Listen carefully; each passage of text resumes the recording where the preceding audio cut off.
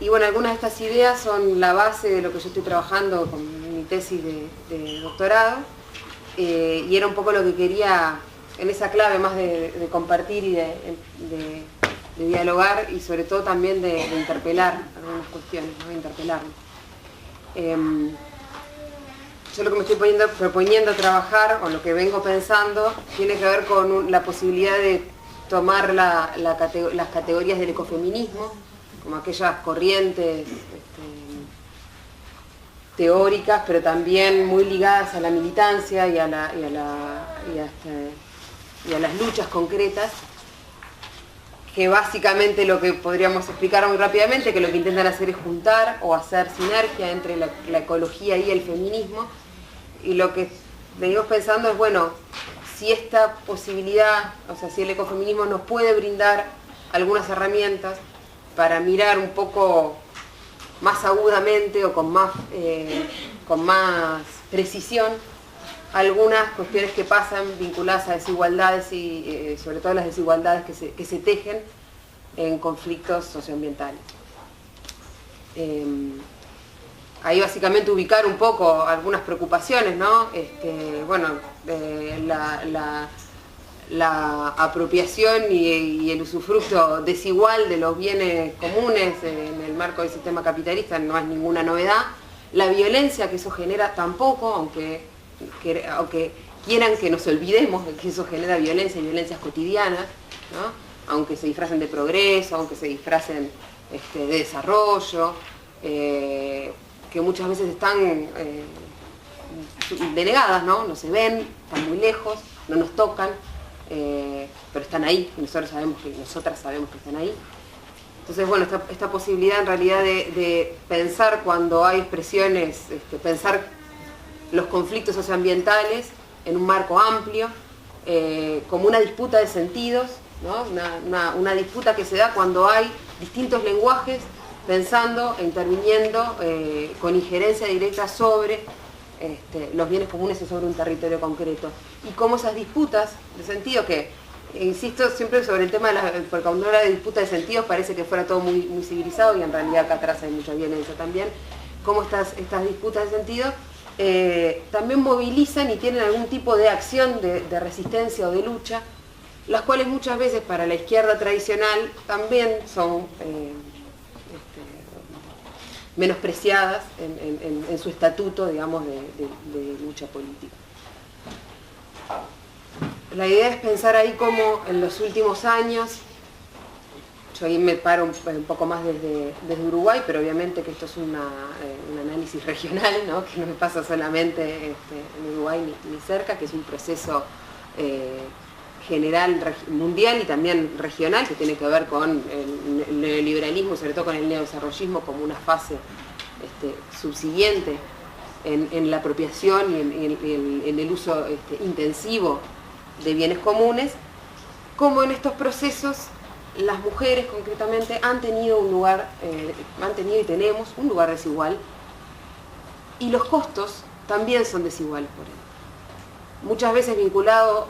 como en distintas áreas, ¿no? Por un lado, vinculado también si pensamos en el trabajo formal, y ahí insisto, pensando también un poco en el caso uruguayo, pero podemos pensarlo también en otras, o podemos discutirlo, ¿no? Porque ahí siempre es rico intercambiar en otras realidades y ver qué hay de igual y diferente. Pensando, por ejemplo, en el trabajo formal, bueno, las condiciones, qué rubros productivos se han desarrollado más en los últimos tiempos en Uruguay, vía principalmente instalación de los modelos de las grandes cadenas agroindustriales y el agronegocio, y qué lugar tienen las mujeres, en qué condiciones se las contrata como mano de obra asalariada en trabajos formales, que en general son condiciones de precariedad laboral, donde hay diferencias vinculadas a las formas concretas del contrato de trabajo formal de mujeres. Además a eso le sumamos toda la otra carga de trabajo de cuidados y trabajo reproductivo no remunerado, con los cuales las mujeres también cargamos. Entonces, vinculado específicamente al mundo del trabajo, es una problemática a atender. Otra de las desigualdades, ¿no? Que venimos pensando, bueno, cómo atañe esto diferencialmente a las mujeres,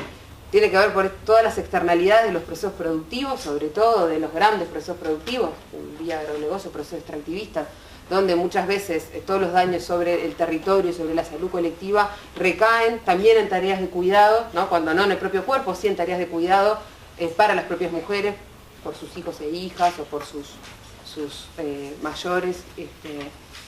y todo lo que eso genera también. También por la posibilidad, ¿no?, de permanencia en determinados territorios. Y bueno, y cómo todo este entretejido de desigualdades ha generado que las mujeres estén, en muchos casos, con protagonismo, con un rol protagónico que siempre también lo han tenido, ¿no?, pero visualizado también a partir, en forma diferencial, en estos procesos. Entonces, bueno, ahí la preocupación pasa un poco por cómo miramos estos procesos, cómo miramos estos conflictos socioambientales como grandes nudos donde se vuelven a tejer y a reproducir estas desigualdades, pero también como grandes nudos que pueden posibilitar o que posibilitan formas de resistencia y formas de lucha y constitución de sujetos políticos diferentes, ¿no? Y bueno, y por ahí pasa un poco esta preocupación por cómo miramos, con qué lentes miramos aquello que está allí sucediendo, ¿no? La idea de retomar el ecofeminismo, o tomar, si se quiere, el ecofeminismo, como yo decía, bueno, es esta sinergia entre ecología y feminismo, muy ligada a la segunda ola del feminismo, más o menos en los años 70 y de ahí en adelante, también con sus diferencias, porque no es una categoría homogénea, sino que hay distintas. Ahí básicamente tomamos algunas caracterizaciones de Alicia Puleo, donde podemos ubicar distintas corrientes del ecofeminismo, también en distintos contextos y regiones, ¿no? Básicamente 4 ubica ella, pero que también esta diferencia de ecofeminismos nos parece como interesante para poder ver con qué realidades concretas y con qué espacios concretos está dialogando, con qué luchas concretas se está hablando. Y bueno, y por ahí la preocupación también pasa por, asumiendo como una diversidad ideológica, política y también de prácticas concretas de lucha y resistencia desde el campo del feminismo, desde el campo del ecologismo y también desde el campo que va a conformar posteriormente el ecofeminismo. La idea es como ver, bueno, qué puentes o qué posibilidades de diálogos hay entre unas y otras. Y ahí básicamente ubicar en estos últimos años, en esta región, en este contexto, en estos últimos 15, 20 años, ahí bueno, los aportes de Horacio son muy interesantes para periodizar el porqué estos procesos, pero resulta ahí muy interesante ver, bueno, cómo hay una emergencia también de una preocupación ecologista, ¿no?, de un ecologismo popular, de una ecología política más centrada en la discusión sobre por qué y para qué se utilizan los bienes comunes, con qué sentido, cubriendo qué necesidades, al servicio de quiénes, en disputa también con quiénes, ¿no? Pues estamos hablando de recursos y de bienes, ¿no?, finitos, o que por lo menos, si no, en su posibilidad de renovación plantean alguna temporalidad, que eso también, sobre eso se generan diferencias. Cómo este ecologismo también puede dialogar con la emergencia de otro feminismo, o de un tipo de feminismo que concretamente nosotros lo llamamos feminismo popular, o esos feminismos entroncados en procesos de lucha, que también van a replantear, ¿no?, o van a poner, lo que nosotros encontramos ahí como característica común, es que lo que está puesto en el centro es la posibilidad de la creación y la reproducción de la vida, ¿no? La centralidad de la vida como categoría política también, como categoría política y también como categoría reivindicativa. Y de alguna manera ahí hay lo que estamos encontrando es como algunas terminologías comunes en un área y en otra, en el ecologismo popular y en el feminismo popular, que con una mirada capaz más ingenua, como decir, son comunes, ¿no?, que es la utilización o la preocupación por los bienes comunes, y también una cierta preocupación por una noción amplia de trabajo, por considerar el trabajo que hacemos varones y mujeres en un sentido amplio, no solamente vinculado al trabajo formal o tratando o cuestionando esa escisión entre el trabajo productivo y el trabajo reproductivo, con una mayor sinergia entre pensando el trabajo como aquello que posibilita la vida. Entonces, desde estas dos nociones, de bienes comunes por un lado y de trabajo en un sentido amplio, esto viene más de los estudios sociales del trabajo, esta categorización del trabajo en un sentido amplio, cómo estos dos constructos teóricos,